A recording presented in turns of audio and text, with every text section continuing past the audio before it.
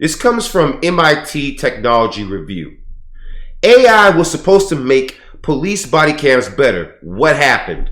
New AI programs that analyze body cam recordings promise more transparency, but are doing little to change culture. So this is written on April 16th, my birthday actually, in case you guys didn't know. And I wanted to cover this because it is important news that you guys should hear about, right?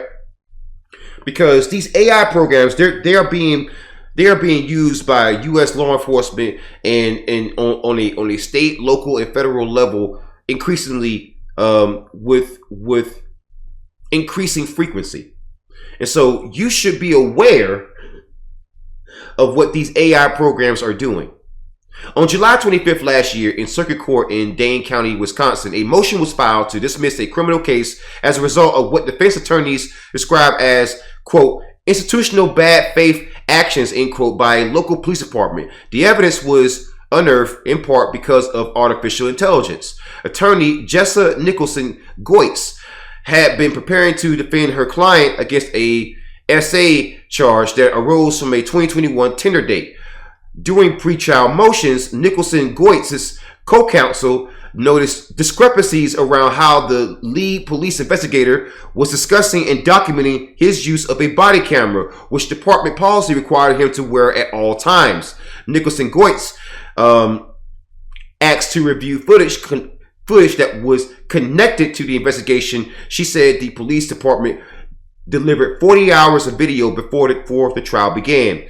This kind of data dump is commonplace, typically right before the start of a trial. Manually reviewing body camera footage isn't always a useful source of insight into a case. More often, especially for defense attorneys without resources, it's a nightmare.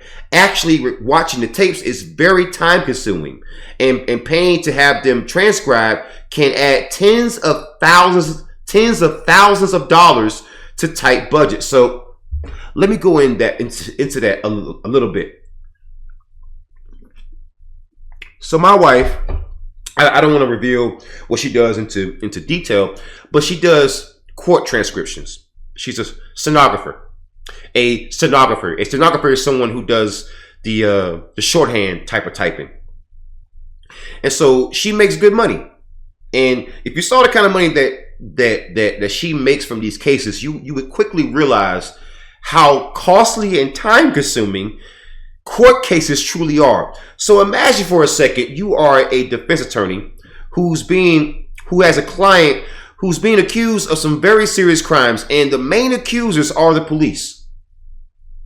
And now suppose you don't have access to the body camera footage during discovery. Say that the police come up with some kind of excuse, and oftentimes the police are given leniency by judges, juries, and courts in general.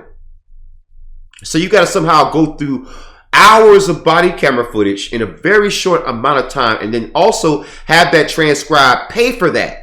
And hopefully your client has some kind of capital to even cover that in the first place. That is how police officers can legally railroad someone with the aid of courts, because courts will not step in oftentimes. They are very, very, let's just say, lenient when it comes to law enforcement and their inability to provide evidence in a timely manner. But this time, Nicholson Goitz and her team were using Justice Text, an AI-powered evidence management program that two former University of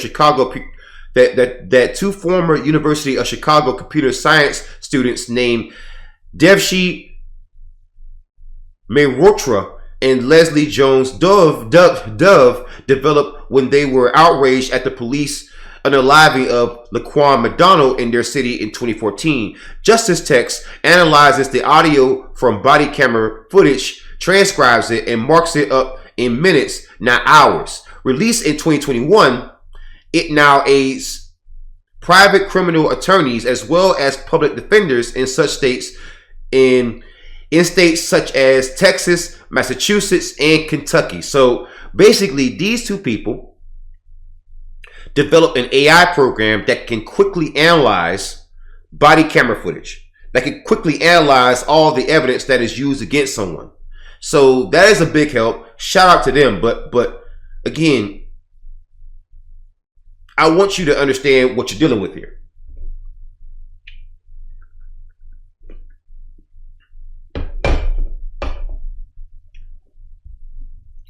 Body cameras have generated millions of hours of video footage. Most goes unwatched.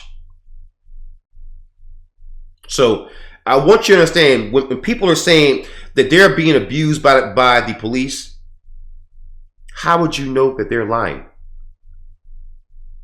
I mean, how do you know in all that body camera footage that that person is not telling the truth?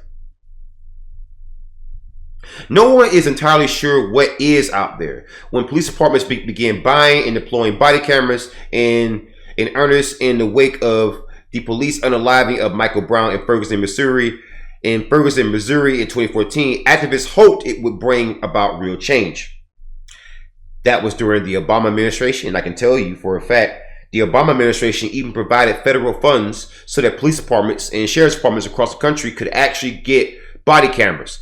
And there are still law enforcement agencies, police departments, sheriff's departments in this country who are still claiming they don't have access to body cameras when you had access by federal funds in 2014.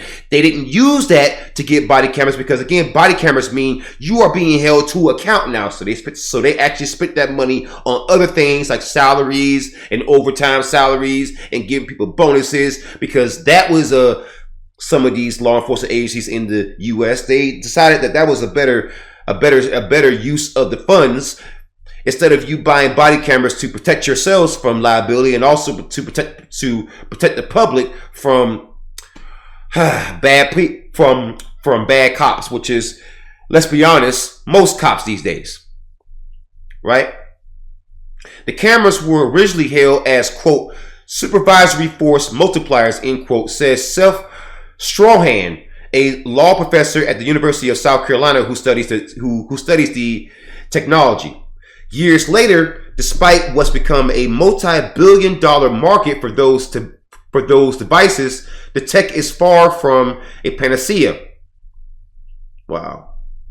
Part of the problem is the scale. Body cameras have generated millions of hours of video footage, most of which goes unwatched. Police departments also systematically delay releasing footage, and they often refuse to discipline officers who fail to wear the cameras properly. So even if you make a law, right, that says that police officers have to wear body cameras, what are you going to do to the officers who don't wear them? They're going to say you try to fire them, right? Well, they're going to sue you for wrongful termination, and they're going to use qualified immunity, and they're going to get their jobs back.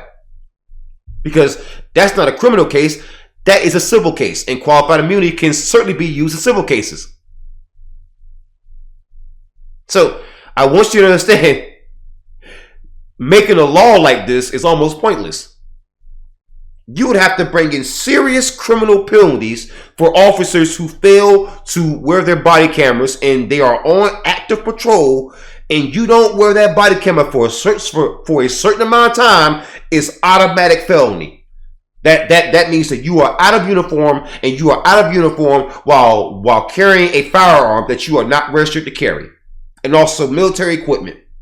That should be an automatic felony, and that would change that behavior overnight, but we would never do that. Because in this country, we allow cops to be bad. As you can see. And when they do finally provide video to the public, it's often selectively edited, lacking context, and failing to tell the complete story. Like, so often law enforcement agencies and people who support police officers and sheriff's deputies and U.S. law enforcement, they will often accuse people like myself and the media and others of presenting selectively edited footage. And yet that is a projection, because who presents more selectively edited footage than U.S. law enforcement, than freaking cops? When have they ever released the full, complete footage from body cameras without court order, or a massive protest, or lawsuits, or demonstrations, or freaking phone calls and letters? When have the police, a government entity, been honest and forthcoming? And especially about stuff like this. When has that ever happened? You've never seen it. You've never seen it. You've never seen it. A recent New York Times analysis concluded that body cameras, quote, may do more to serve police interests than those of the public they are sworn to protect, end quote. A handful of AI startups see this problem as an opportunity to create what are essentially body cam to text programs for different players in the legal system, mining this footage for misdeeds. That could help improve professionalism within the police, but like the body cams themselves, the technology still faces procedural, legal, and cultural barriers to success. So basically, you have people out here who know the police are so dishonest, they lie so often, and they are so misleading with the footage and the evidence that they choose to release, to the point where you have people out here, private citizens, who are forced to create AI programs to combat this. That's sad, man. That's sad, man. That's so sad, man. That's sad. Like when it's at the point where there's a market that's budding because police are that dishonest, that's sad. That shows you a lot about the status of the U.S. law enforcement when, again, in any equation, all you gotta do is follow the money. And if there's money in trying to expose police officers for being liars, for engaging in misconduct, for misleading courts, for engaging in perjury in courtrooms, if there's an actual market from that, that tells you everything that you gotta know about U.S. law enforcement. Because it is not possible for people to be honest, and yet there be a whole industry banking on you being dishonest. It is not possible. I just want you to understand that. I'm going to repeat that again for you, in case you didn't hear me.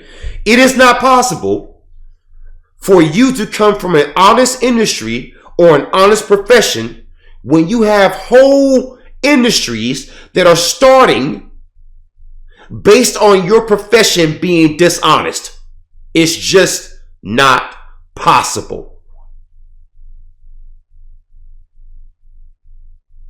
It's just not possible, man. And I get it. I get it. Everybody wants to believe that their favorite law enforcement officer would never be a scumbag. Everybody wants to believe that their favorite law enforcement officer would never, violate someone's rights. Everyone wants to believe that. But is that the case?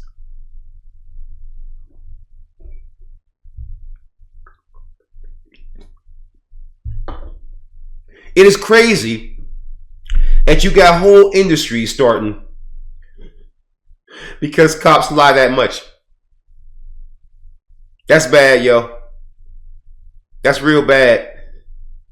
That's real bad. Like, I don't know how to really make that funny for you. I don't know how to make that funny for you. That's bad.